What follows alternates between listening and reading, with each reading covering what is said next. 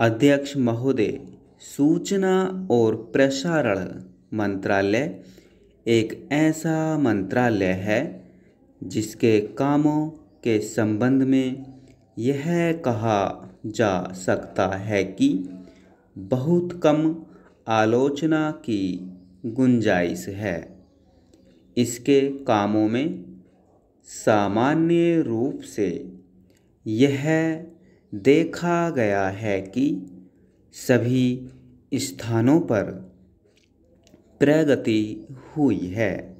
जहाँ जहाँ कुछ कमजोरियाँ हैं उनको सुधारा जा सकता है। इसलिए सबसे पहले मैं आकाशवाणी के संबंध में कुछ कहना चाहता हूँ। यह बात सच है कि आकाशवाणी ने परिस्थितियों के अनुकूल अपने को परिवर्तित किया है। जब हमारे देश पर संकट आया तो इस विभाग ने डटकर उसका सामना किया और परिस्थितियों के अनुसार अपने प्रसारणों को बढ़ाया।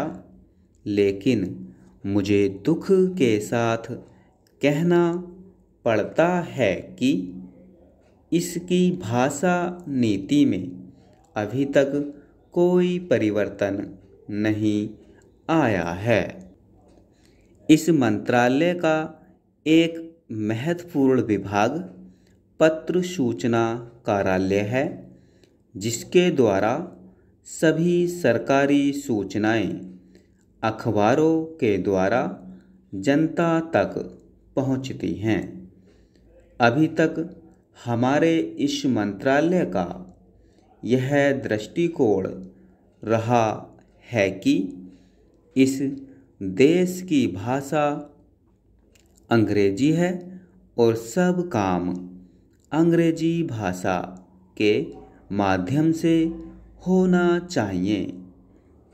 यही कारण है कि इस विभाग से जो सूचनाएं प्रसारित होती हैं उनमें से अधिकांश अंग्रेजी में ही प्रसारित होती हैं, जिसके कारण देश भर में हमारी सरकार की बातें जनता तक पहुंच पाती हैं।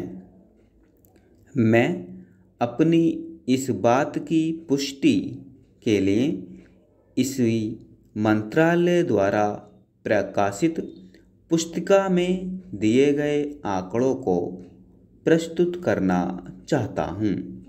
इन आंकड़ों को देखें तो आपको ज्ञात होगा कि अधिक प्रकाशन अंग्रेजी में हुए हैं। हिंदी या अन्य क्षेत्रीय भाषाओं के प्रकाशनों की संख्या बहुत कम है, जबकि इस देश में अंग्रेजी जानने वालों की संख्या 2% से अधिक नहीं है। अन्य भाषाओं के जानने वालों की संख्या इस देश में 84 करोड़ है। इस दृष्टि से आवश्यकता इस बात की है कि हम अपना सारा काम अपनी भाषाओं के माध्यम से करें। अभी कई माननीय सदस्यों ने अपने विचार व्यक्त करते हुए कहा कि 1965 में हमारे देश की मुख्य भाषा हिंदी हो गई है। अंग्रेजी केवल सहभाषा के रूप में है, लेकिन फिर भी अधिकांश काम आज भी अंग्रेजी में ही होता है। मैं चाहता हूँ कि आप ऐसे कदम उठाएं कि देश भर में हिंदी के माध्यम के द्वारा यह कार्य सुचारू रूप से चलने लगे। जो आंकड़े हमें दिए गए हैं उनमें बताया गया है कि पत्र सूचना कार्यालय के हिंदी विभाग में अपर्याप्त कर्मचारी हैं। अध्यक्ष महोदय, मैं मंत्री महोदय को बतलाना चाहता हूँ कि कुछ वर्ष पूर्व इस विभाग में पर्याप्त कर्मचारी थे। इस दृष्टि से इस विभाग में हिंदी के काम में कोई प्रगति नहीं हुई। अध्यक्ष महोदय, आपके लोकसभा सचिवालय में हिंदी के काम में काफ़ी प्रगति हुई है।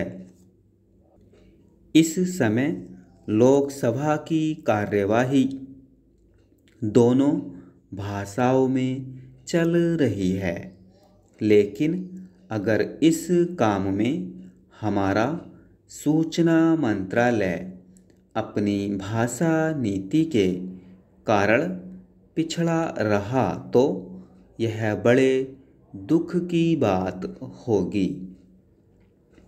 खाद्य तथा कृषि मंत्रालय की मांगों पर बोलते हुए मुझे याद आता है कि इसे जितना भी महत्व आज तक दिया गया है, अभी अंतर्राष्ट्रीय व्यापार पर बोलते हुए व्यापार मंत्री ने बताया था कि निर्यात की आमदनी में कृषि का कितना महत्वपूर्ण योगदान रहा है। उन्होंने बताया था कि 70% निर्यात कृषि की वस्तुओं का हो रहा है और उसी के द्वारा इतनी आमदनी हो रही है। इस दृष्टि से कृषि का महत्व और भी ज़्यादा बढ़ जाता है।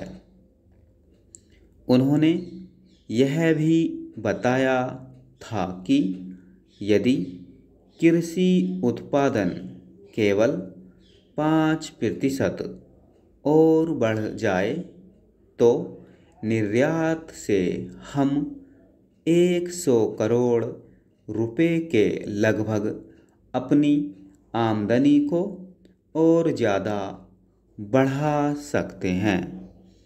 इतना महत्व इसका होने के बावजूद भी मुझे बड़ा खेद है और सचमुच यह बड़े दुख की बात है कि आप कृषि के ऊपर जिसमें 100 करोड़ रुपए कमाने की क्षमता है, 1 करोड़ रुपए भी खर्च करने के लिए तैयार नहीं हैं।